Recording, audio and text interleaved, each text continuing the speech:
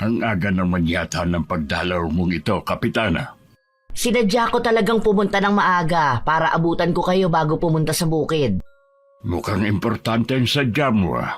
Ano ba natin?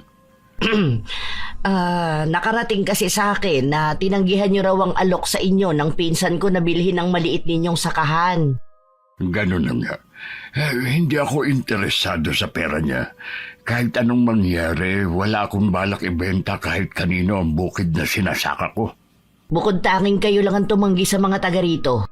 Dahil hindi ako katulad ng iba na madaling masilaw sa pera. Mali kayo, Mang Islaw. Hindi sila mukhang pera. Nagiging praktikal lang sila.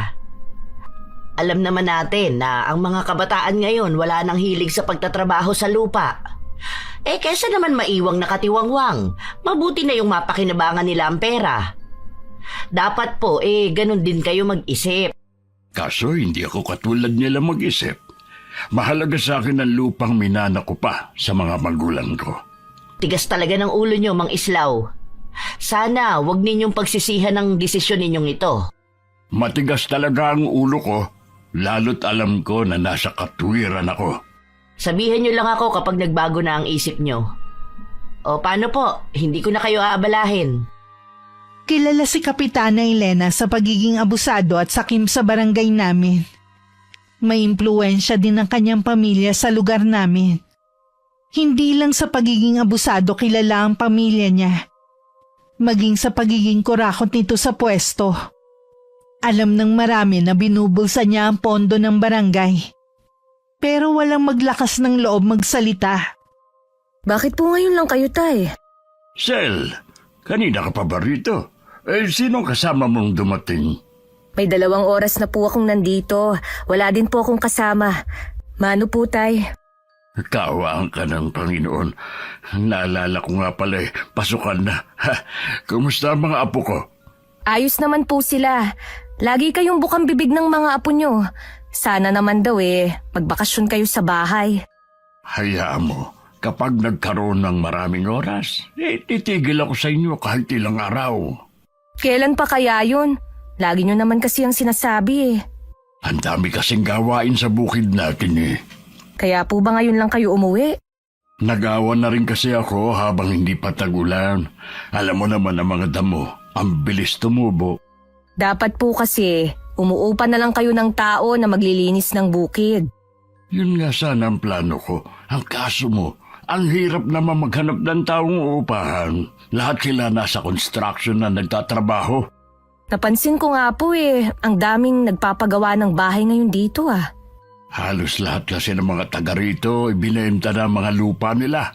Yun ang ginamit nila sa pagpapagawa ng bahay. Nabalitaan ko nga po na iisang tao lang daw ang nakabili. Oo, yung pinsan ni Kapitana. Buti po, Tay, hindi kayo inaalok na ibenta sa kanila ang sakahan nyo. Hindi ko lang sinasabi sa iyo, pero inalok na rin ako. Tumanggi lang ako. Kanina ngang umaga nandito na naman si Kapitana. Hindi ko po gusto ang pagpunta dito ni Kapitana.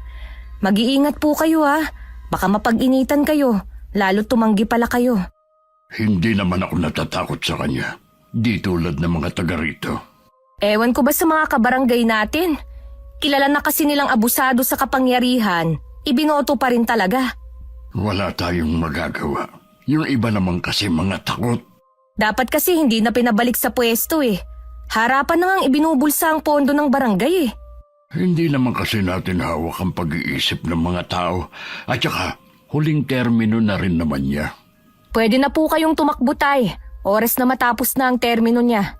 Ngayon pa nga lang, maugong na ang balita na pamangkin niyang tatakbo sa susunod na eleksyon. Swapang talaga sa kapangyarihan.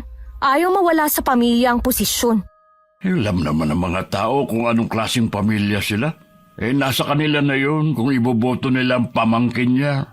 Sa bagay nga po. Ay, may dala nga po pala akong merienda dyan. Kumain po muna kayo. 2 araw na ako sa bahay ni Itay nang dumating si Kapitana Elena. Kasalukuyan nun nasa bukid ang Itay. Napansin kong napakunot ang noo niya nang makita ko. Nandito ka pala? Kailan ka pa dumating? 2 araw na akong nandito sa amin. Ang itay ko ba ang sadya mo? Oo sana eh. Nandyan ba siya? Nasa bukid siya eh. Mamaya pa ang uwi niya. Ang tanda na ng tatay mo, hinahayaan niyo pa siyang magkakapatid na magtrabaho sa bukid. Dapat sa tatay mo, nagpapahinga na lang. 69 pa lang naman ang itay. Mukha lang siyang matanda sa totoo niyang edad dahil sa trabaho at bilad sa init ng araw. Tsaka, manghihina ang itay kapag napirmi siya sa bahay. Matanda lang pala ang tatay ko ng 3 taon. Kaya lang maagang nagretiro. Ang dami na kasing nararamdaman sa katawan. Sa awa ng Diyos, wala namang sakit ang itay kahit rayuma. Ah, oo nga pala. Kaya ako nandito Dahil sa lupang sinasaka ni itay? Diba sinabi na niya na hindi siya interesado na ibenta? Bukod tanging kayo na lang kasi ang hindi pumapayag eh.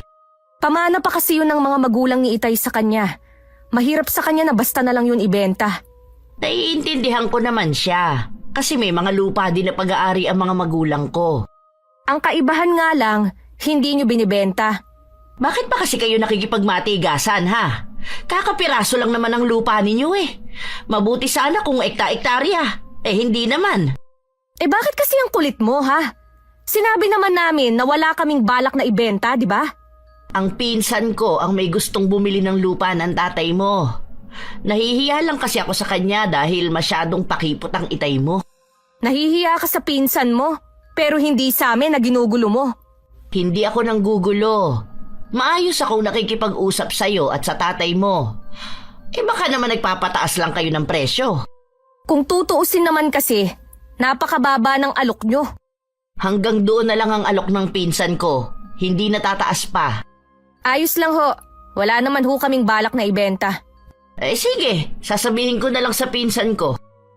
Habang nasa bahay ako ni Itay, marami pa kaming nabalitaan tungkol sa ginagawa ni Kapitana.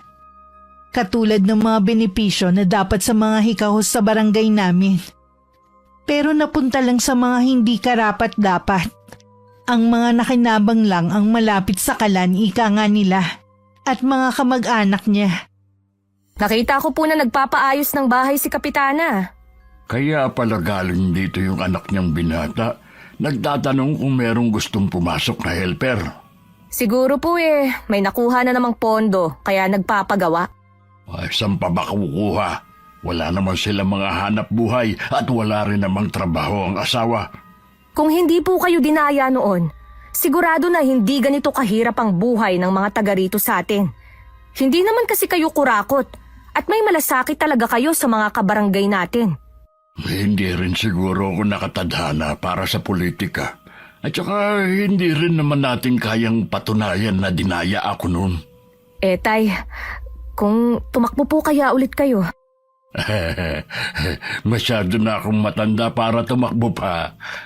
Oh, wala naman pong limitasyon ng edad sa pagtakbo bilang kapitan. Ang mahalaga naman po may puso sa paglilingkod sa kapwa. Nasa inyo rin po ang kwalifikasyon para kumandidato. Wala na sa isip ko ang bagay na yan. Marami namang paraan para matulungan ko mga kababaryo natin nang hindi kailangang kumandidato pa ako. Iba pa rin po kasi kapag nasa posisyon kayo.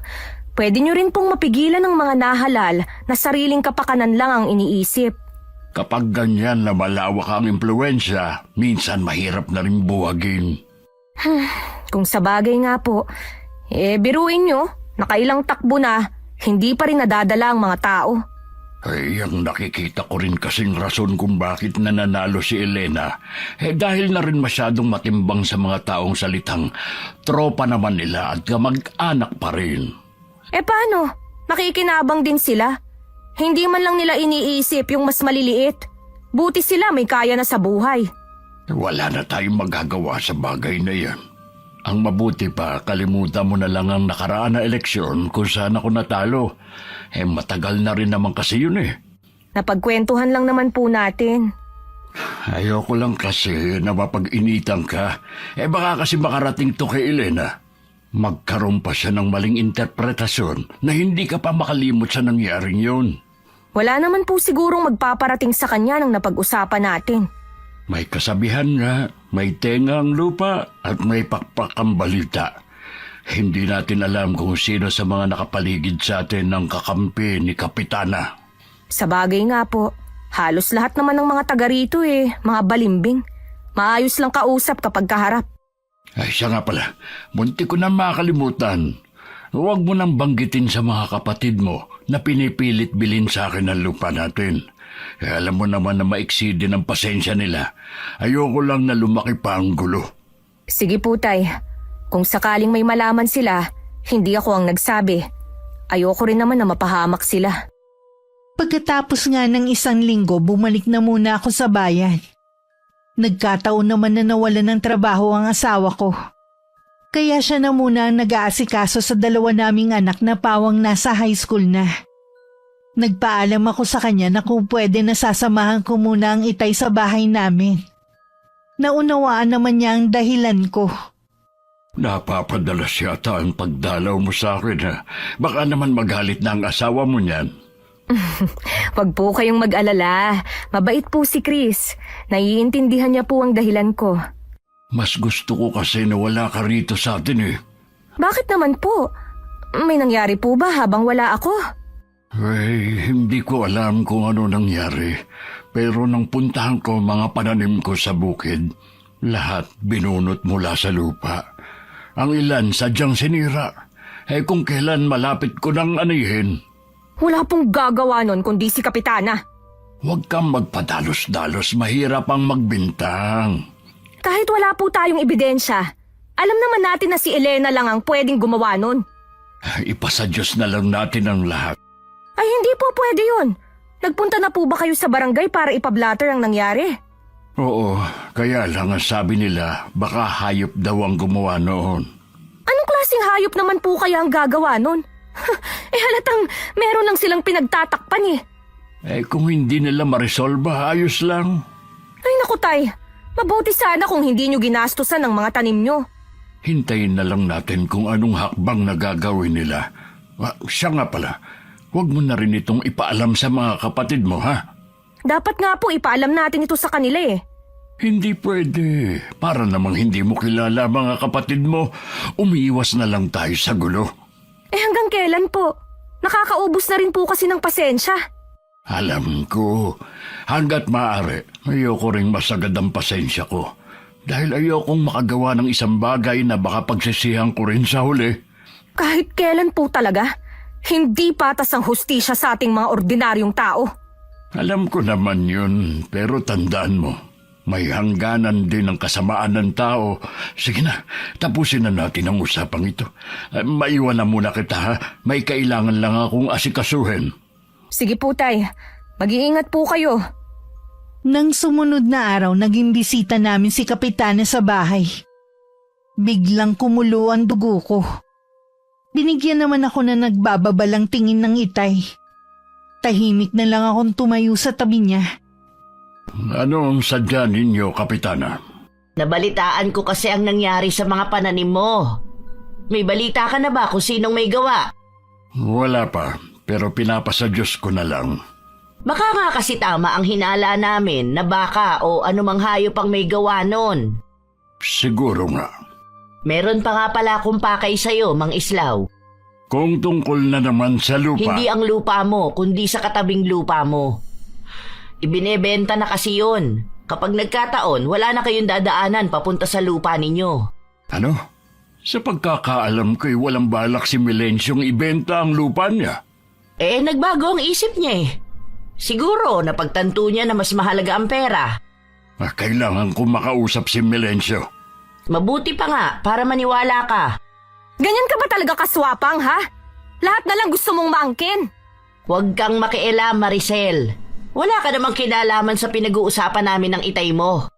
Anong wala? Pag-aari ko rin ang lupa na gusto mong angkinin. Dapat noon pa, kinumbinsi mo na ang itay mo na ibenta ang lupa nyo. Hayan tuloy, bumaba na ang halaga. Wala kaming pakialam kung ibenta pa ng mga taga rito ang lahat ng lupa nila. Basta kami, hindi namin ibibenta ang lupa namin. Ang tigas mo rin, ano? Mag-ama nga kayo. Bakit ba kasi pinag-iinteresan mo ang lupa namin, ha? Ang pinsan ko ang gustong bumili ng lupa dito. Sus, pareho lang kayo. Sigurado naman na makikinabang ka rin. Natural. Ako ang nagpapakahirap sa paghahanap ng bibilhin niyang lupa. Oh, saan galing ang pera niya? Sa pera ng taong bayan ba, ha? Wala naman kayong pera noon, ah. Matabil talaga yung bibig mo, ano? Baka gusto mong maputulan ng dila. Ay, pagpasensya mo na ang anak ko. Mainitin lang talaga ang ulo niya. Pasalamat kayo. Mahaba ang pasensya ko sa inyong mag-ama. May konsiderasyon pa ako sa inyo kahit papano kumpara sa iba. Dapat ba kaming magpasalamat, ha? Tama na, Maricel. Huwag ka nang sumagot. Para kasing siga ang babaeng ito, eh. Akala mo kung sino siya na basta na lang susugod dito. Huwag mo sanang kakalimutan kung sino ako sa lugar na ito. Siyempre naman. Pero sana, hindi mo rin makalimutan kung paano mo dinaya ang itay noon. Maricel, hindi ka ba talaga titigil? Hanggang ngayon pala, hindi nyo pa rin makalimutan ang pangyayaring yon, ha? Ang tagal na nun, ah. Hindi nyo nga kayang patunayan, eh. Hindi man namin mapatunayan na dinaya nyo kami. Kahit sa sarili mo, aminin mo ang ginawa mong kasalanan. Wala akong aaminin dahil wala akong ginawang masama. Hindi nyo lang kasi matanggap ang pagkatalo ng itay mo. Aminin nyo na mas gusto ako ng tao kaysa sa inyo. Hindi ako mahahalal ng 3 beses kung hindi nila gusto ang serbisyong ibinibigay ko sa kanila. Nakikiusap ako sa inyo, Kapitana. Kung nasabi niyo na ang mga gusto niyong sabihin, sana'y umalis na kayo. Sige, aalis na ako. Pero babalik ako rito. Dala ang pera. Hindi nga namin Hindi balak. ka ba talaga masaway, ha? Para kang bata. Hayaan mo na siyang umalis. Narinig niyo naman ang sinabi niya, eh. Parang sigurado na siyang makukuha nilang lupa natin. Kapag nakumpirma ko kay Melencio na pumayag na siyang ibenta ang lupa niya, wala tayong pagpipilian kundi pumayag na rin. Tay naman. Sa tingin mo, saan tayo dadaan papunta sa lupa natin? Ang tanging paraan lang ay ang lumipad. Handa na po ba kayong mawala ang lupa na galing pa kay na lolo at lola? Sa ayaw at sa gusto natin, nakatadhana ng mawala sa atin ang lupang yun. Tingin ko kay Itay tumanda siya ng ilang taon. Dahil sa kinakaharap naming problema, hindi na rin namin naitago sa mga kapatid ko ang sitwasyon. Kahit sila hindi rin nagustuhan ng tila panggigipit sa amin ni Kapitana. Hanggang sa tuluyan nga nilang nakuha ang lupa. Sigurado po ba kayong gusto ninyong umuwi sa bahay natin? Oo, iya. Pinagbigyan ko lang ang mga apo ko na dumito ko kahit 1 buwan. Wala naman na po sa inyo ang sakahan, eh. Wala naman na po kayong gagawin doon. May kapirasong lupa pa naman yung likod bahay natin. Doon na lang siguro ako magtatanim ng gulay. Alam ko po na hanggang ngayon, dinaramdam nyo pa rin ang pagkawala ng lupa natin. Pasensya na po, Tay, ha? Wala kaming nagawang magkapatid. Hindi nyo kailangang humingi ng pasensya. Hindi nyo naman kagustuhan na nangyari sa lupang yun. Mabuti na rin siguro yun. Para tigilan na rin tayo ni Elena. Kung bakit kasi ang tagal matapos ng termino ng kapitan natin, eh. Kahit matapos na ang termino niya, kaanak pa rin niya ang papalit sa kanya. Hindi pa rin matatapos ang kasakiman nila. Wala din naman kasi ang merong lakas ng loob na kalabanin sila. Mula nang ipakita ng kapitan natin ang tunay niyang kulay, lahat nang ilag na. Sunod-sunuran na lang sa kanya. Sana sa darating na eleksyon kung sakali man na may bagong tatakbo, maging wais na sana ang mga tao. Oo nga po, eh. Sana, maisip nila na napag-iiwanan na ang barangay natin. Ni isa kasing proyekto, wala man lang. Nakakalungkot na. Buti nga hindi doon nag-aaral ang mga anak mo. Ultimo kasi mga guro, nahawa na rin sa kapitana. Palibasa kasi, halos kamag-anak din niya. Yung para sana sa mga bata nagawa pa nilang ibulsa. Kahit ang mga magbubuti sa atin, wala nang gustong pumasok. Dahil kailangan nila magbayad para makakalakal lang sa atin.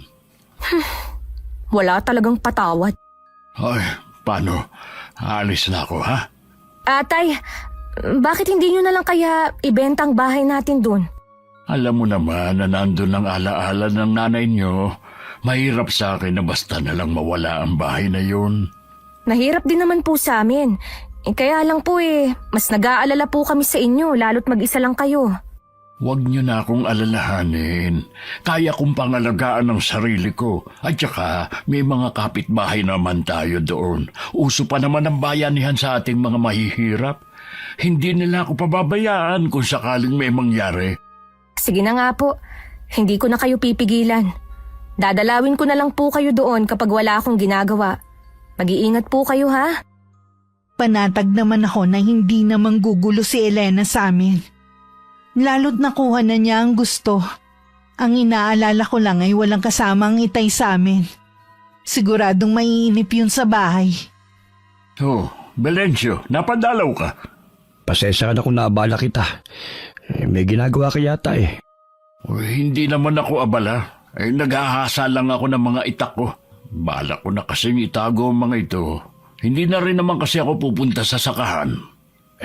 Pasensya ka na, Kaislaw. Wala lang din akong nagawa kundi ibenta ang lupa ko. Umpisa pa lamang. Alam ko na ang pinag-iinteresan talaga nila ang lupa mo. Alam kasi nila na oras na ibenta ko na ang lupa ko, wala ka nang magagawa kundi ibenta rin yun sa'yo. Sa totoo lang lugi nga ako sa ibinayad nila sa akin. Pareho lang pala tayo. Gaya mo, wala rin akong mapagpilian. Nasayang lang ang lupa na ipinundar ng mga magulang ko. Sa totoo lang, sukang-suka na kami sa pagiging swapang ni Kapitana. Imbis na kabutihin natin ang isipin niya, sariling bulsa ang inuna niya. Ultimo benepisyo para sa mga senior, hindi nila ibinibigay. Maging para sa mga estudyante, binulusa pa. Hay nako, alam naman nila na hikahus at kulang na lang igapang ang pag-aaral ng mga anak ng mga taga rito. Ay, intindihan ko mga hinaing ninyo, pero sa tingin ko, hanggang reklamo na lang tayo. Wala na tayong magagawa sa sitwasyon natin.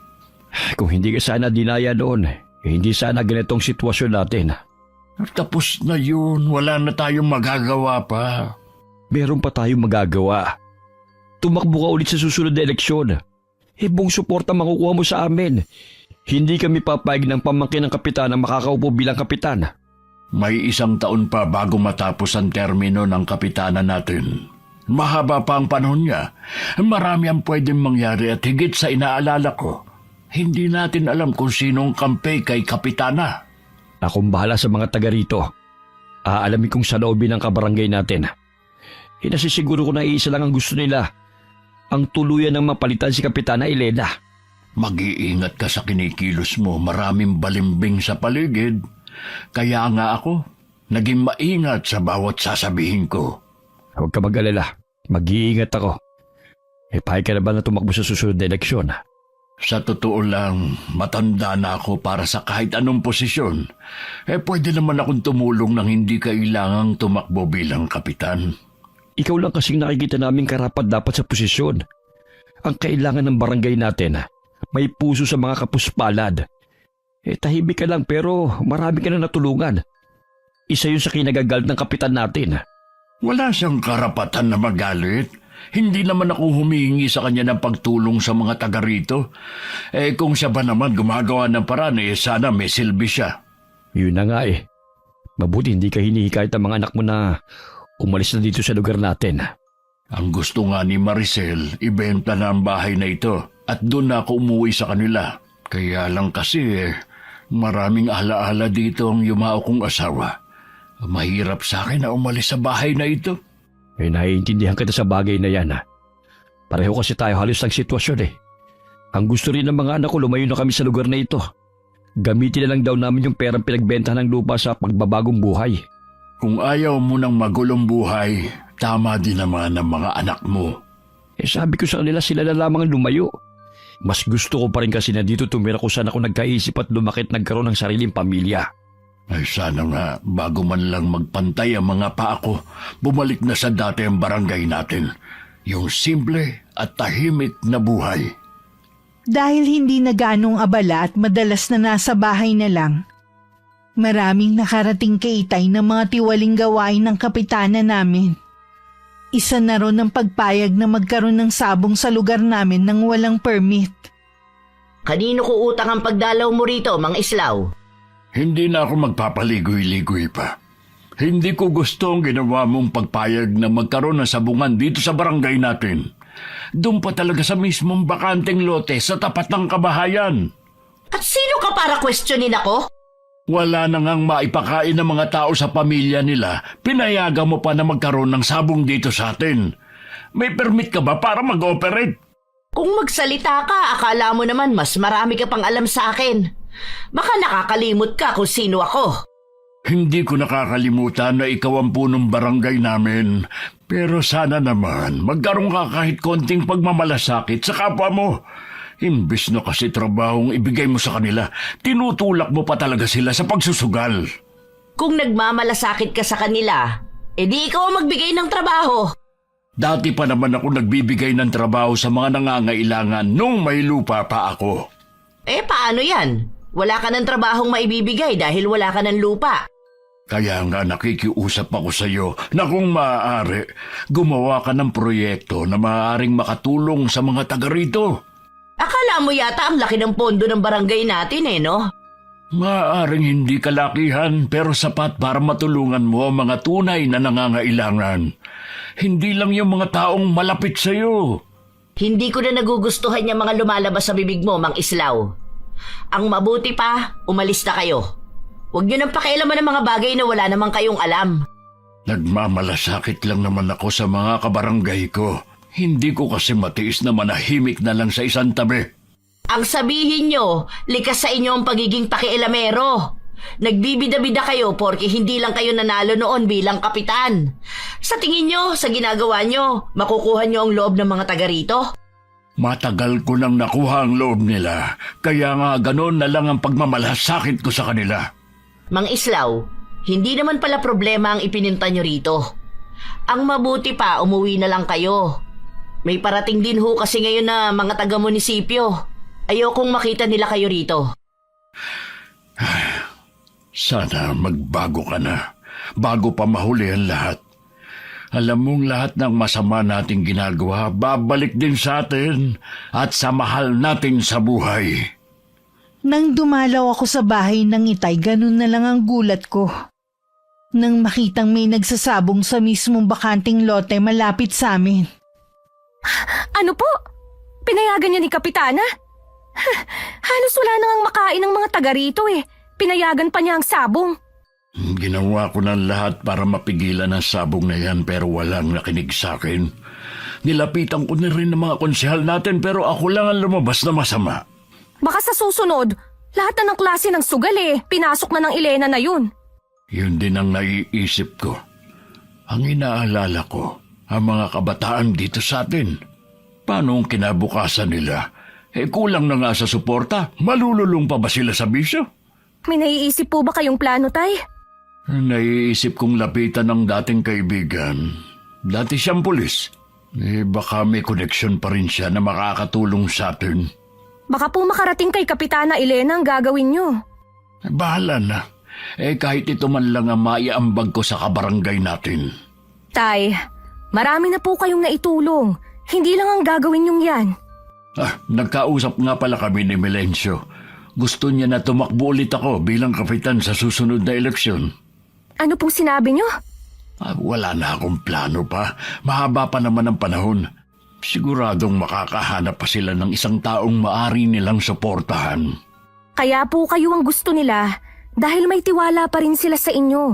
At higit sa lahat, wala na silang makita na karapat dapat sa posisyon. May edad na ako para tumakbo pa. At saka, alam mo naman na hindi ako mapolitikong tao. Napilitan lang ako noon dahil sa pakiusap sa akin ng mga tao. Tapos dinaya lang kayo. Pwede naman akong tumulong sa kapwa natin nang hindi tumatakbo sa kahit na anong posisyon. Pangako yan. Iba pa rin po kasi kapag nasa posisyon kayo. Mas marami kayong magagawa at pwede niyong ilapit ang problema natin dito. Buo na ang pasya ko, anak. Mas gusto ko ang ganitong buhay. Simple at tahimik. Kayo po tayong bahala. Ayoko naman kayong pilitin Siya nga pala.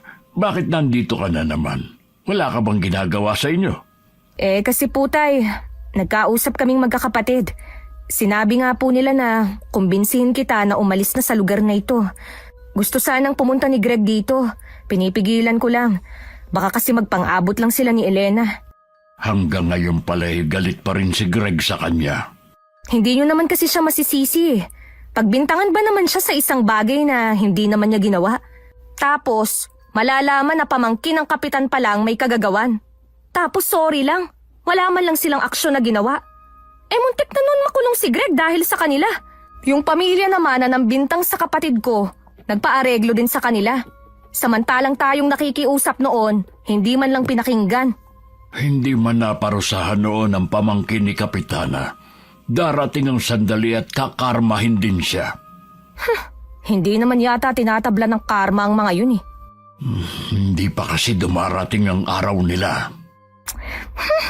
Ang ingay naman ng mga pumupustang ito. Buti nakakapagpahinga pa kayo. Hindi na nga eh. Kaya inaabala ko na lang ang sarili ko sa pagtatanim sa likod bahay. Kung bakit kasi dito nila yan inilagay eh. Alam naman na bahayan to. Bakit hindi nila ilagay sa bakuran nila? O kaya dun mismo sa bakanting lote malapit sa barangay hall? Kaya nila dyan punesto yan dahil tago nga naman. Huwag mo na lang silang pansinin. Hayaan mo silang magkagulo sa pagpusta. Ilang araw lang ang nakalipas, may nagpunta ng mga pulis. At hinuli ang mga nagsasabong. Parang mga langgam na nagpulasan ng mga tao. Kanya-kanya silang takbo sa iba't ibang direksyon. Hindi ko maiwasang maawa sa iba. Lalo't alam ko na wala silang pampiyansa. Mabuti na lang hindi ko pinayagan yung anak ko na pumunta nung araw na yon.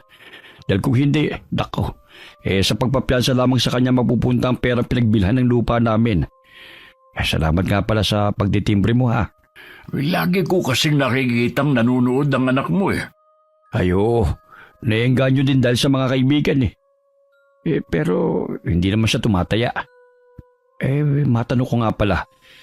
Paano mo nalaman na may mga pupunta ritong pulis? Basta alam ko lang, di lumabas din na wala naman talagang permit na mag-operate ng sabong dito sa atin. Kaya lang galit na galit si Kapitana. Marami sa mga kaanak niyang nahuli, kasama ng anak niya. Mabuti nga para magtanda sila. Kaislaw, parating si Kapitana. Ano kaya ang sadya niya? Mukhang galit siya. Palapit na rito. Talaga bang kinakalaban mo ako, ha? Hindi kita maintindihan, Huwag ka na magkaila pa. Alam ko na ikaw ang nagsumbong sa mga pulis tungkol sa sabungan dito sa lugar natin. Ikaw lang ang gagawa nun, wala nang iba. Kung wala kang ebidensya, wala kang karapatan na pagbintangan ako. Nako, hindi ko kailangan ng ebidensya para malaman kung ikaw ang gumawa. Palibhasa kasi gawain mo at ng pamilya ninyo na basta na lang magbintang kahit wala namang sapat na pruweba. Oras na malaman ko na may kinalaman ka nga, hindi mo gugustuhin ang gagawin ko sa iyo at sa pamilya mo. Kapitana, wag po sana kayo magpadalos-dalos. Hindi po magagawa ni Kaislaw ang sinasabi ninyo. Isa ka pa, Melensyo. Akala mo yata hindi nakakarating sa akin ang ginagawa mo kapag nakatalikod ako. Marami ako mata sa paligid, kaya kung ako sa inyo, mag-iingat kayo. At ikaw, Mang Islaw, oras na masira ang pangalan namin, magbabayad ka ng mahal. Tinitigan pa ni Kapitana ng masama sina Itay at Mang Melensyo. Bago naglakad pa alis at sumakay sa motor nito. Ibang klase rin talaga. Parang lalaki na basta na lang susugod dito eh. Akala naman niya basta na lang akong masisindak sa mga sinabi niya. Hindi rin naman ako takot sa kanya. Kaya lang hindi ko maiiwasan na mag-alala para sa pamilya ko. Hindi naman siguro ligid sa yung tungkol sa mga kumakalat na balita tungkol sa asawa niya. Na ano? Na marami na siyang napatumba? Oo. Kaya siguro kahit babae malakas ang loob niya dahil alam niyang may malakas siyang kakampi. May hangganan din ang kasamaan nila. Matagal na tayo magkakilala. Noon pa kilala na kitang matapang at may paninindigan. Sayang nga lang talaga, hindi ka nakaupong kapitan dito. Kahit pa ulit-ulit ka pang manghinayang, matagal na ring tapos yun. Oo nga. O paano? Uwi na muna ako sa amin. Tsaka na lang ulit tayo mag-usap. Ilang araw ko nang napapansin na malalim lagi ang iniisip ni Itay. Nang hindi na makatiis, tinanong ko na siya. Tay, may problema po ba? Ay, naaawa na kasi ko sa mga kabarangay natin. Hindi naman lingid sa iyo na namigay ng ayuda para sa mga taga rito, pero wala man lang nakarating sa mga mas nangangailangan. Sa mga kamag-anak lang po yata napunta yung iba eh. Sobra na sa kasawapangan ng kapitanan natin. Maawa man tayo, wala naman po tayong magagawa. Natatakot nga po ako eh, lalo na't nagbanta siya sa inyo. Sumama na po kasi kayo sa akin sa bayan. Hindi rin kasi ako matatahimik kung sasama ako sa iyo. Kahit naman po gusto ninyong tumulong, wala po kayo sa posisyon para matulungan sila. May naisip na akong paraan. Tay, kung may plano po kayo na ilabas ang kaalaman ninyo sa pambabarang, pakiusap po, wag na. Nangako kayo noon kay inay, nakakalimutan na ninyo ang bagay na yan. Ang pangako kong yan sa kanyang dahilan kung bakit napipigilan ko pa ang sarili ko. Dapat lang po dahil delikado. Ayoko po na mapahamak kayo. Huwag kang mag-alala, hindi ako mapapahamak. Isa lang na pagkakamali ni Elena na gumawa ng isang bagay na labis kong ikagagalit. Buong pamilya niya magdurusa. Gusto ko rin po silang magdusa. Pero ayoko po sa masamang paraan. Lalo na sa barang. Dapat po sa kanya'y makulong na lang. Malabo yang sinasabi mo. Kaya po ba ganyan ang naiisip ninyong paraan? Hindi ko naman ito gagamitin ng walang malalim na dahilan. Kahit na po anong dahilan pa, masama pa rin gumamit ng karunungang itim. Kayo na rin ang nagsabi dati na mula ito sa kadiliman. Galing man ito sa kadiliman, nasa tao pa rin kung paano ito gagamitin. Mas gusto ko pa rin po na manggamot kayo kesa gumanti gamit yan. Kung sila hindi natatakot sa karma, ako po natatakot, lalo na para sa pamilya ko. Alam mo na matagal na akong hindi nang gagamot. Wala na kasing naniniwala sa mga sinaunang panggagamot. Kung sa bagay nga po, matagal nyo na nga palang itinago ang mga ginagamit nyo sa panggagamot. Ang tanging natitira na lang sa akin ay ang langis na ginagamit ko sa pangihilot. Sa mga apo ko na lang yun ginagamit tuwing may nararamdamang masama sa katawan. Doon na lang po kayo manggamot sa amin. Marami pa rin kasi doon ang naniniwala sa albularyo. Paano naman ang mga pananim ko rito sa likod bahay at mga alagang hayop? Pwede nyo naman pong ibenta ang mga tanim nyo at mga alaga. Wala talaga akong maikatwiran sa iyo, ano?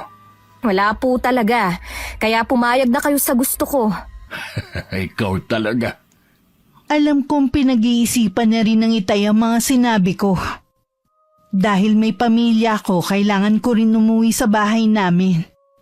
Wala akong kamalay-malay na sa pagbabalik sa bahay ng aking mga magulang. Daratnan ko na lang na abo na yun. At kasalukuyang nasa ospital lang itay. Kumusta na po ang itay ko? Ligtas na siya sa kapahamakan, sabi ng doktor. Kaya lang hindi pa pwedeng tumanggap ng bisita. Masyado kasing masela ng kalagayan niya.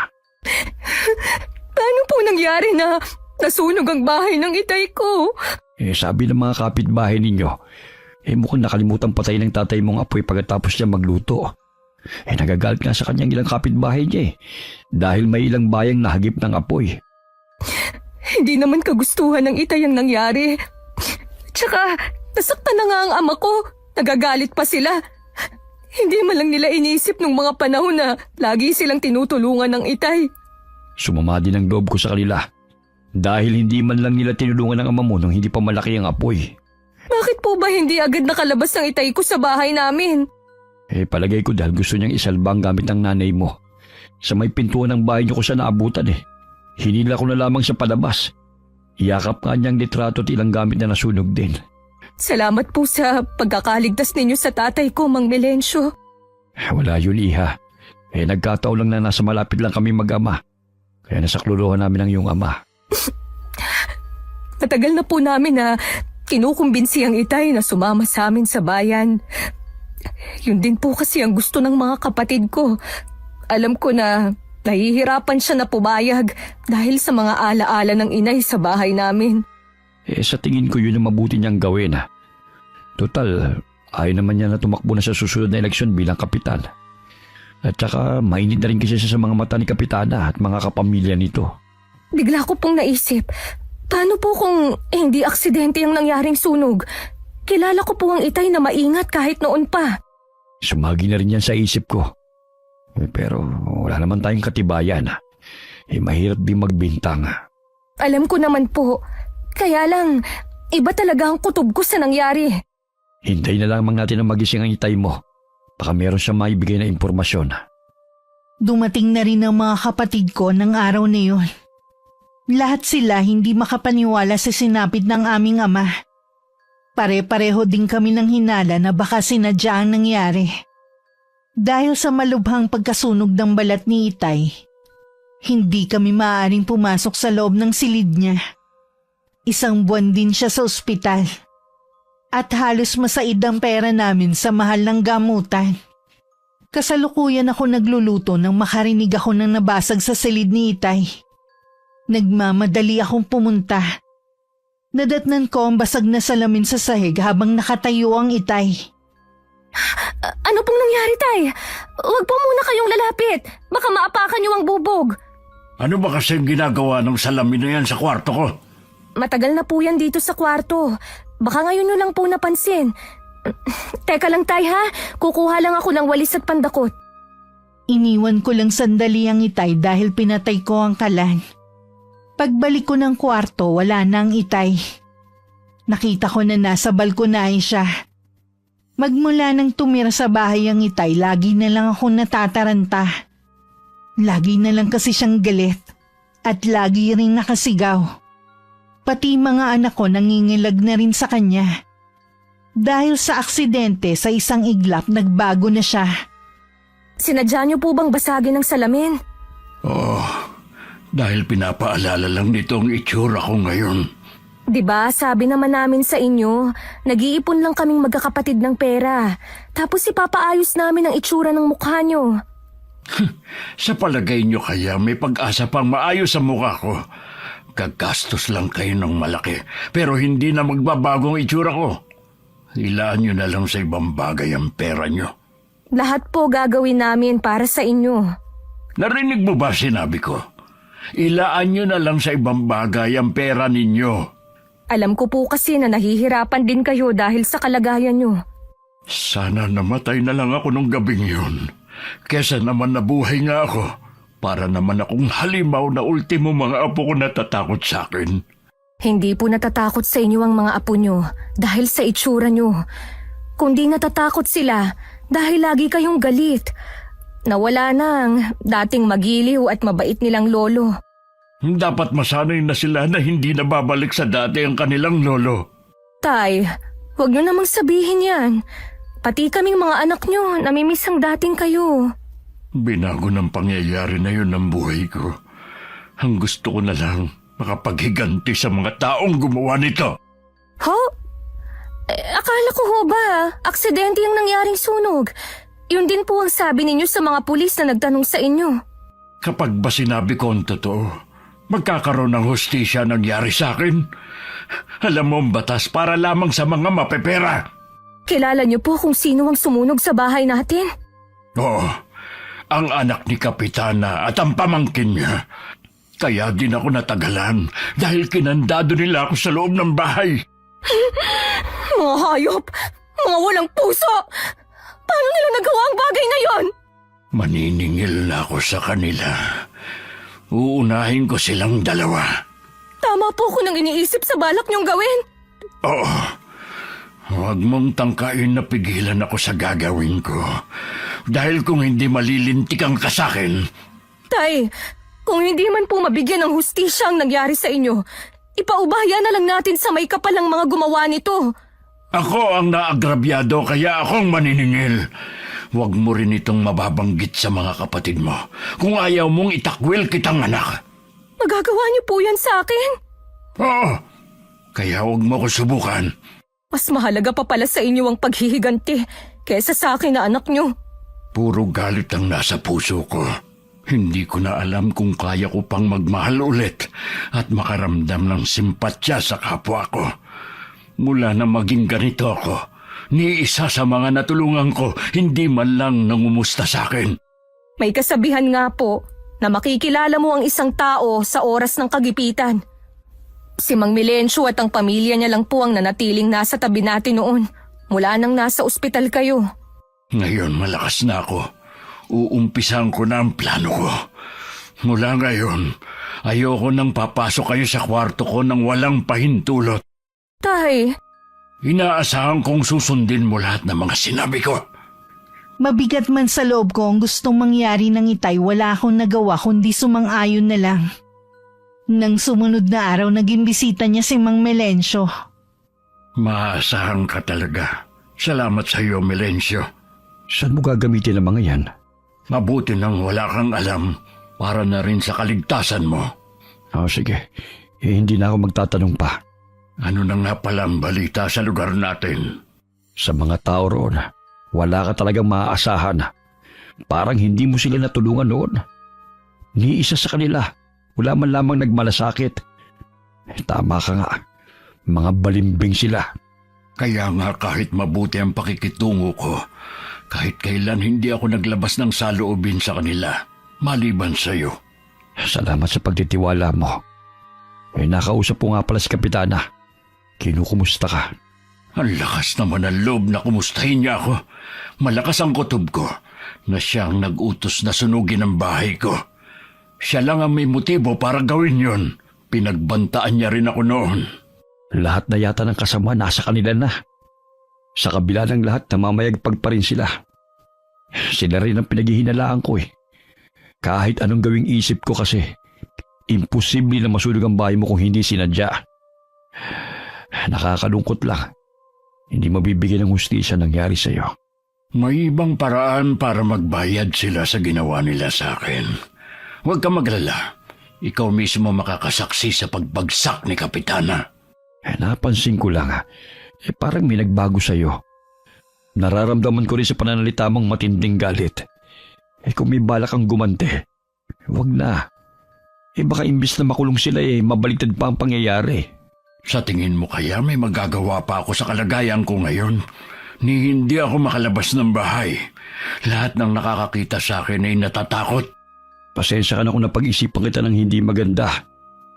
Gusto ko rin naman na magbayad sila. Pero ayoko na ikaw mismong maningil. Karma ang maniningil sa kanila. Hindi lang sa ginawa nila sa akin, kundi sa lahat ng ginawa nila ng masama. Kung may kailangan ka pa, tawagan mo lamang ako sa numero ng anak ko. Sasabihin na lamang niya sa akin. Maraming salamat sa iyo. Baka ito na rin ang huling beses na hihingi ako sa iyo ng pabor. Mula nang dumalaw si Mang Melencio, lingid sa amin na isinagawa na ng Itay ang kanyang plano. Nagsimula sa pamangkin ni Kapitana na si Mike. Habang kasama ang mga kaibigan nito, bigla na lang daw natumba ang lalaki. At saka ng Isay. Napasigaw na lang ang mga nakakita ng labasan nito ng napakaraming uri ng insekto na lumilipad. Para bang nanahan ng napakahabang panahon ng mga yun sa loob ng katawan ng lalaki. Isa ang anak ko sa nakakita sa pangyayari. Hanggang ngayon nga hindi siya lumalabas ng bahay dahil sa takot. ano daw po kayang nangyari sa pamangkin ni Kapitana? Ang sabi ng ilang residente, tingin daw nila barang nangyari sa pamangkin. Noon pa kilala na sa pagiging sutil ng taong yun eh. Maraming nakagalit. Kaya hindi malabo na ipinabarang siya. Nailibing na po ba ang pamangkin niya? Oo, bali 2 araw lang ibinurol. Sabi kasi ng mga nakilabay, para daw may umuugong sa loob ng nakasedong kabaong. Para bang may gustong kumawala sa loob nun? Yun na po siguro ang karma nila. Marami nga pala sa mga kapamilya ni Kapitan ang may sakit kayon. Kabilang ng asawa niya. Para bang bigla silang isinumpa. Nung makita ko nga kahapon si Kapitana parang walang tulog ang itsura. Siguro labis siya naaapektuhan sa nangyayari. Kulang pa po yun sa mga ginawa nilang kasamaan. Pero hindi ko naman hinangad na magkaganon sila. Sadya lang talagang naniningil na ang tadhana sa kanila.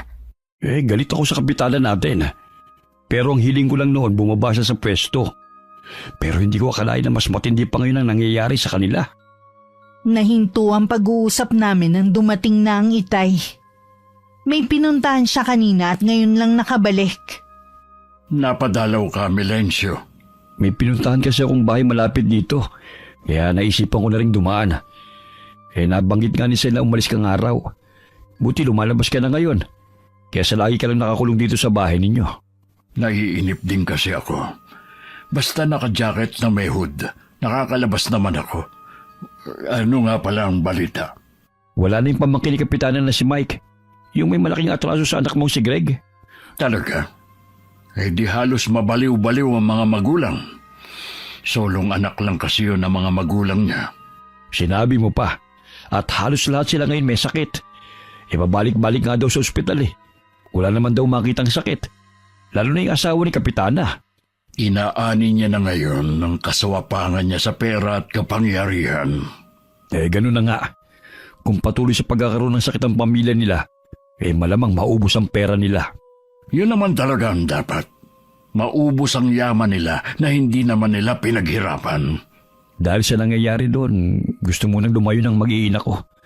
Yung pinuntahan kong bahay malapit dito, pag-aari ng kapatid ng asawa ko. Pansamantala muna sila doon titira. Bala ko na rin kasing ibenta ang bahay ko ron. Huwag kang malungkot kung lilisanin niyo man ang lugar na yun. Sa bagong bahay na lilipatan niyo, sigurado puro swerte ang darating sa inyo. Sana nga. Dahil ilang taon na rin kami nagtitiis ng pamilya ko. Dapat nga noon pa kami lumipat. Ayoko lang kasi naiwan ang lugar kung saan ako ipinanganak. Naiintindihan kita sa bagay na yan. Kung hindi nga nasunog ang bahay ko doon, hindi mo talaga ako mapapaalis. Alam ko na gusto niyo rin makibalita sa nangyayari sa atin. Sasabihan ko na lamang kayo sa mga kaganapan. Hindi na rin nagtagal si Mang Melencio sa bahay. Halata naman kay Itay ang pag-iwas. Agad na rin kasi siyang pumasok sa loob ng kwarto. Samantala natataranta na rin si Kapitana Elena sa nangyayari sa kanyang pamilya. Nang mga oras kasi na yon may sakit na rin ang kanyang anak. Para siyang mababaliw. Ano ba kasi ang nangyayari sa inyo? Bakit masabay-sabay kayong nagkasakit? Lintik naman kasi itong mga doktor na tumitingin sa inyo, mga walang kwenta. Puro pera lang ang alam. Hindi man lang kayo masuri ng tama. Ay, ano ba kasing mga sakit ninyo? Dahil sa desperada na nagtanong-tanong na siya sa mga residente ng lugar na nasasakupan kung meron silang kilalang albularyo. Hanggang marating niya ang bahay ni Mang Melencio. Nabalitaan nyo na siguro kung anong nangyayari sa pamilya ko.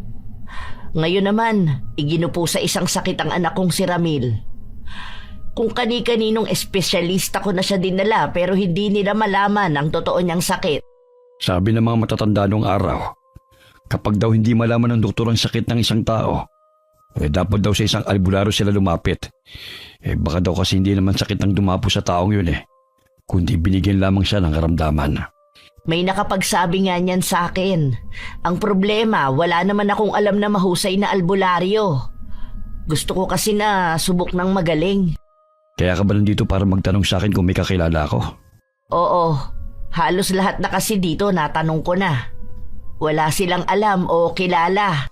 May kilala akong nanggagamot noong araw. Kaya lamang matagal na siyang huminto. Pero subuko na ang galing niya. Sino?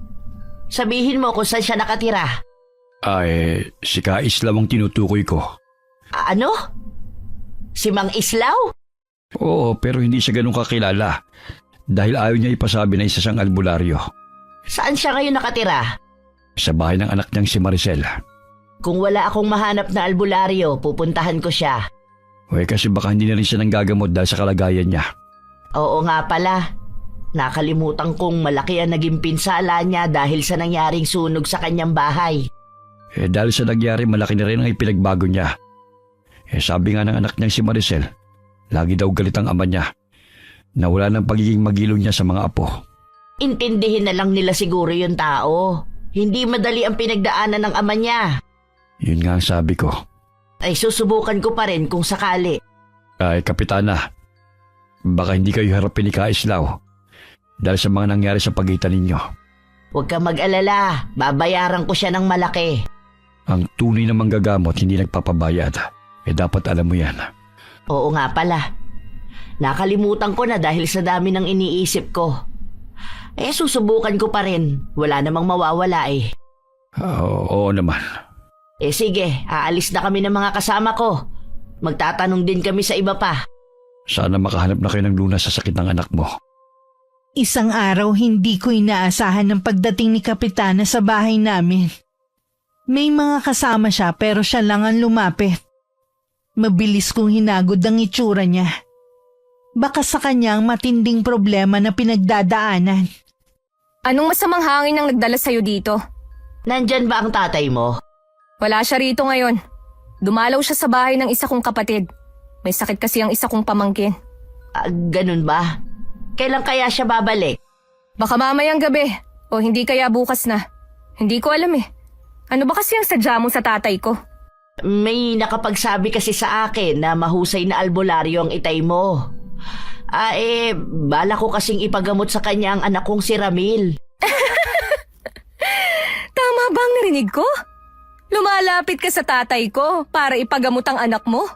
Huwag kang tumawa dahil wala namang nakakatawa sa sitwasyon ng anak ko. Hindi naman ang kalagayan ng anak mo ang tinatawanan ko eh, kundi ikaw mismo. Ang lakas kasi ng loob mo na pagkatapos ng mga ginawa mo dati, pupunta ka dito para sabihin lang na ipapagamot yung anak mo. Kahit ano gagawin ko, basta gamutin lang ng tatay mo ang anak ko. Handa rin akong magbayad. Kahit buong kayamanan mo pa ang ibigay mo sa amin, hindi gagamutin ng itay ang anak mo. Ina ka rin katulad ko. Alam ko na lahat gagawin mo para sa mga anak mo. Nagmamakaawa ako sa'yo. Kausapin mo ang itay mo para gamutin ang anak ko. Araw-araw siyang pinahihirapan ng sakit niya. Hindi na siya nakakatulog sa sobrang hirap na nararanasan niya. Hiniling na niya na painumin na lang daw namin siya ng lason para matapos na ang paghihirap niya. Sa tingin mo, dahil sa pagkikwento mo sa paghihirap ng anak mo, maaawa sa iyo ang itay kapag nalaman niya? Kilala na mabait at matulungin ang itay mo. Alam ko na maaawa siya sa anak ko. Dati yun. Pero mula nang masunog ang bahay namin na dahilan para mapinsala din siya, nagbago na ang itay. Hindi na siya katulad ng dati. Susubukan ko pa rin siya nakausapin. Kung ako sa'yo, sa iba ka na lang lumapit. Nananahimik na kasi kami rito eh. Huwag ka nang manggulo sa amin. Hindi naman ako nanggugulo eh. Gusto ko lang magamot ang anak ko. Hindi gagamutin ng itay ang anak mo kahit lumuhod ka pa. Gusto kong ang itay mo mismo ang magsabi niyan. Hindi man lang ba sumagi sa isip mo na baka karma na yan sa anak mo o sa pamilya mo? Hindi kami perpekto. Pero hindi kami masamang tao. Lalo na ang anak ko. Oh, talaga ba? Kaya ba sinunog ng anak mo at pamangkin ang bahay ng itay? Ano? Dahan-dahan ka sa sinasabi mo. Baka gusto mo... Bakit bigla kang namutla? Hindi na ako magtataka na alam mo ang ginawa ng anak at pamangkin mo. Meron ba kayong katibayan sa sinasabi ninyo? Pwede ko kayong kasuhan, alam mo ba yon? Mismo ang itay ang nakakita sa dalawa. Kung totoo yan, bakit hindi nagsampa ng kaso ang itay mo? Alam kasi ng itay na matatalo siya. Anong laban namin sa katulad yung mapera? Alam kong nagsisinungaling ka lang. Galit kayo sa amin noon pa. Bilib din talaga ako sa kakapalan ng mukha mo, no? Todo tanggi ka pa, kaya kayo kinakarma eh. Nandito ako para ipagamot ang anak ko, hindi para tumanggap ng mga akusasyon mula sa'yo. Ang mabuti pa, umalis ka na at huwag na ulit babalik. Maricel, nakikiusap ako ulit. Kahit sa anak ko na lang. Tulungan mo ko na gamutin siya ng itay mo. Ang kulit mo rin eh, no? Hindi nga siya gagamutin ng itay, kahit lumuhod ka pa sa harapan niya. Baka may kakilala ka na magaling na manggagamot. Wala din. Tatay ko lang kasi ang kilala ko. Ganun ba? Sige, salamat na lang. Nakakaramdam din naman ako ng aawa sa anak ni Kapitana. Pero nasisiguro kong hindi rin siya gagamutin ni itay na siyang nagbigay ng karamdaman sa kanya. Kinabukasan na nga umuwi ang itay. Binantayan pa daw niya kasi ang pamangkin na napaglaruan ng hindi namin kauri. Mabuti naman magaling na si JR. Ang kulit din kasi ng batang yun eh. Kung saan-saan nagsususuot. Ngayon, madadala na siya. Binilinan ko na rin na lagi makinig sa mga magulang. Baka sa susunod ka ko baka dalhin na siya sa mundo ng mga engkanto. Tay, meron nga po pala akong sasabihin. Ano yun? Nanggaling po dito si Kapitana. Hinahanap kayo. Bakit naman niya ako hinahanap? Hihingi sana siya ng tulong para gamutin ang anak niya. Sa akin pa talaga siya lalapit ha. Huwag na siyang umasa na gagaling pa ang anak niya. Makikita niya mismo sa mga mata niya kung paano magdusa at mamatay ang anak niya. Talaga po bang wala nang puwang sa puso ninyo ang pagpapatawad? Bakit ba tinatanong mo yan sa akin? Hindi pa ba sapat ang nangyari sa akin para hindi ako magpatawad? Bigla ko pong naisip kasi na, paano kung sa mga anak ko nangyari ang sa anak ni Kapitana? Bilang ina masakit at ihilingin mo talaga na sa'yo na lang ipasa ang sakit na nararamdaman ng anak mo. Hindi yun mangyayari sa mga anak mo dahil maayos niyo silang napalaki ng asawa mo. Ang anak ni Elena, walang puso katulad nilang mag-asawa. Kaya tigilan mo na ang pagkukumpara. Hindi naman po ako nagkukumpara. Huwag na natin silang pag-usapan pa. Kapag bumalik ulit si Elena, ayoko siyang harapin. Bahala kang magtaboy. Baka hindi na rin po siya bumalik dahil sinupalpal ko siya. Sinabi ko na alam natin na anak niya at pamangkin ang nagsunog sa bahay niyo. Siguradong itinanggi niya yon. Ganun na nga po. Siya pa nga ang nagalit imbis na magpakumbaba. Oras na maisagawa ko na ang huling dasal. Matatapos na rin ang problema natin sa kanila. Hindi po ba kayo babagabagin ng konsensya niyo? Hindi. Dahil ito ang gusto ko. Ang makapaghiganti kay Elena at sa pamilya niya. Kung makakaramdam lang naman ako ng pangungonsensya, sana hindi ko na lang to itinuloy. Sana po matapos na ang paghihiganti niyo. Gusto ko na po kasi na bumalik kayo sa dati. Hindi na mangyayari yan. Hanggat nakikita kong itsura ko sa salamin, hanggat nakakapako ang magaspang kong balat, hindi na ako babalik sa dati. Nahihimigan ko pa rin sa boses ng Itay ang matinding galit. Hindi ko alam kung babalik pa sa dati ang Itay. Pero isa yun sa mga dasal ko. Nang hindi na ako nagsalita, tahimik lang na pumasok ang Itay sa kwarto niya. Sa loob muli niyang sinindihan ng mga kandila. Alam kong masamang gamitin ang itim na mahika para sa paghihiganti. Pero ito lang naiisip ko para mabigyan ng hustisya ang nangyari sa akin at sa iba pa. Gusto kong makita mo, Elena, ang paghihirap ng mga mahal mo sa buhay hanggang sa ikaw mismo ang mawala sa katinuan ng pag-iisip. Umusal muli ng dasal ang Itay. Makailang ulit din niya yung binigkas bago huminto. Nakakaramdam na kasi siya ng pagod. 2 araw ang lumipas, hindi ko inaasahan na babalik muli si Kapitana Elena. Kita sa kanya ang kakulangan sa tulog. Mas payat din siya ngayon at walang ayos. Bumalik ka pa talaga, ha? Buong gabi na umiiyak at sumisigaw ang anak ko. Hindi na rin siya nakakakilala. Naglalabasan na rin ang mga uod sa mga sugat, bibig at tenga niya. Alam ko na binabarang ang anak ko katulad ng pinsan niya. Nagmamakaawa ako na sabihin mo sa Itay mo na tulungan ang anak ko. Lahat ng sasabihin at hihilingin niya ay ibibigay ko. Sinabi ko na nga na nanggaling ka dito nung isang araw. Gaya ng iniisip ko, ayaw ng Itay na tulungan ka. Nandito ba ngayon ang Itay mo? Saan ka ba kumuha ng tapang para pumunta dito, ha? Ay, Mang Islaw. Bakit parang nagulat ka? Di ba gusto mo akong makita? Nandito ako. Masdan mo ang pinsala ng sunog sa akin na kagagawa ng anak at pamangkin mo. Ginawa nilang nakakatakot ang itsura ko. Alam mo bang iniiwasan ako ng mga tao at kinatatakutan ng mga bata dahil sa itsura ko? Huwag mong sisihin ang anak ko at pamangkin. Wala silang kasalanan sa nangyari sa iyo. Ipagkakaila mo pa talaga? Ni hindi ka nga makatingin sa akin ng diretsyo? Masdan mo na ako ng mabuti dahil ito ang una at huling beses mo akong makikita. Mang Islaw, pagalingin mo lang ang anak ko. Tutulungan kita na bumalik sa dati ang itsura mo. Sa tingin mo maniniwala ako sa'yo, ha? Isinusumpa ko sa ngalan ng aking anak. Hindi ko na rin gusto ang sinasabi mo. Matanda na rin naman ako.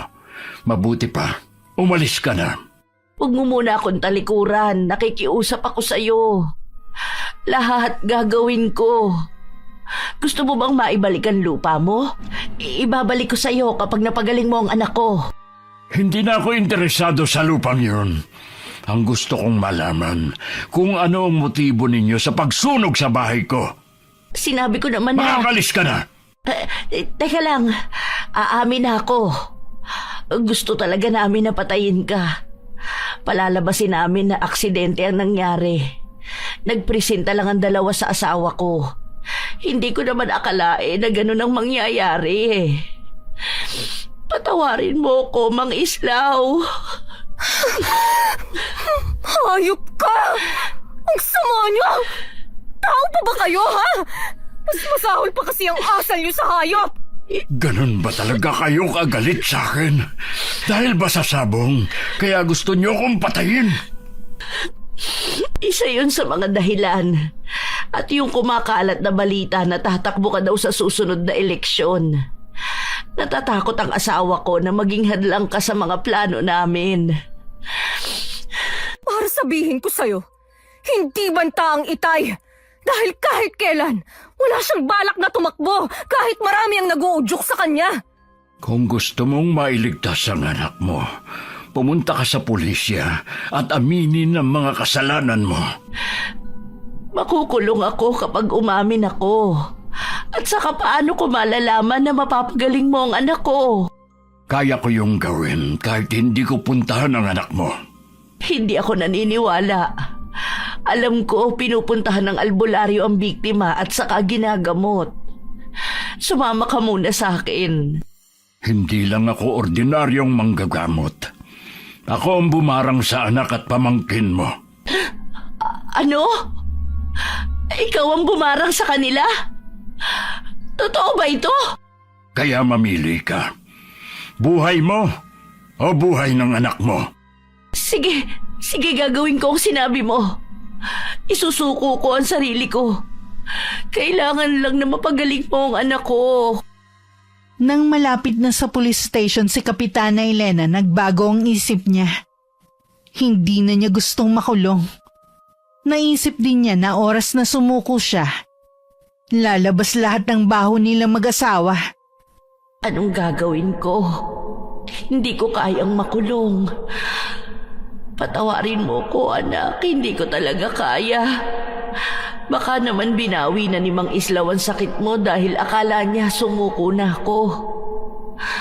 Tama. Naisahan ko rin ang matandang yon. Masigla pa nang umuwi sa kanila si Kapitana.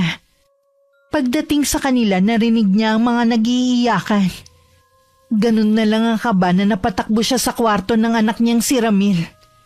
Nakapaligid sa kama ang asawa at ilang kaanak. Nang makalapit siya, dun niya nakumpirma na wala na ang kanyang anak. Sabi ng asawa niya, gumaling na kanina ang binata. Nawala ang sugat at biglang lumakas. Makaraan ng ilang minuto, bigla na lang daw itong nanghina. At saka lumabas na ang mga bulate, uod at mga alupian sa tenga at ilong. Patawarin mo ako, anak. Hindi ko alam na mangyayari ito. Sana ako na lang ang nagsakripisyo. Patawarin mo ako.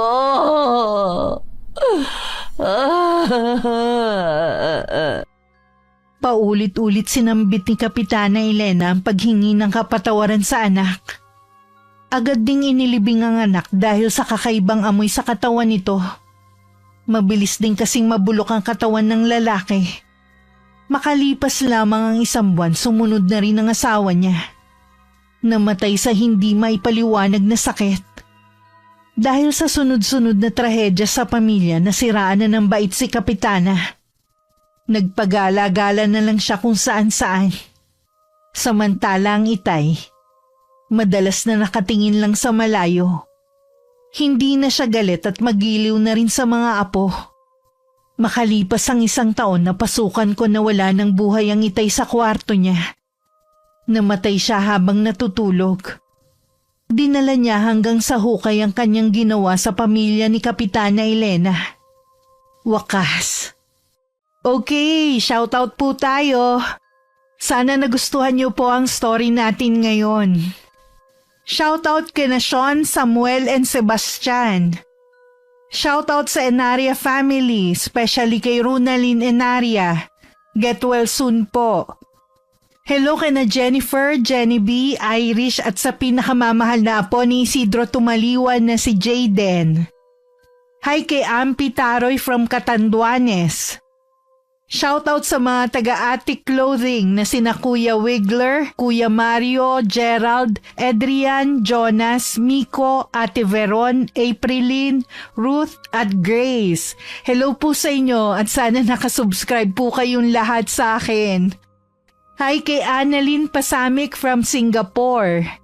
Hello kay Elizabeth Pamintuan from Pampanga. Hi kay Mary Grace Sausa from Antipolo City. Hello kay May Esgana Marfil. Hi kina Marie Claire, Russell, Rosie at Alicia. Hi kay Mary Joy Sabaresa from Agos Bato, Camarines Sur. Hello kay Florence Lucinario from Valenzuela City. Hi kay Del Kabusbusan. Hello kina Ate Auring, Ate Ne, Minda, Faye, Jerilyn, Emily, Kuya Dennis at Poging J ng Amira Boxes Handicraft ng Laguna. Hi kay Malusuklan from Cuenca, Batangas. Hi kay Genevieve Rubinos from Antipolo City. Hello kay Estela Cabral da Silva from Switzerland. Shoutout sa Pedernal family. Hello po kay Nanay Barbara Sobremonte at kina Pining, Tina, Lydia at Narsing Sobremonte from Quezon City. Hi kay Raquel Hasegawa from Osaka, Japan. Shoutout kay Ricky Bernadas at sa Bernadas family ng Roa City, Capiz. Hi kay Lynn Toledo from Bacolod City. Hi kay Inang Ausa from San Narciso, Quezon at shoutout sa Satrain family ng San Narciso, Sitio Trangka. Hello kay Lenny Jean Inyan Cuare from Calibo, Aklan. Hi kina Miles at Jamil from Quezon City. Hi kay Mitch from Hong Kong. Hello kay Maymay from Laguna. Hi kay Leonora Mandigma from Cabuyao, Laguna. Sorry na late na pero happy anniversary pa rin sa inyong mag-asawa. Hi kay Lilian Del Rosario from Naik, Cavite. Hello kay Richel Adapon.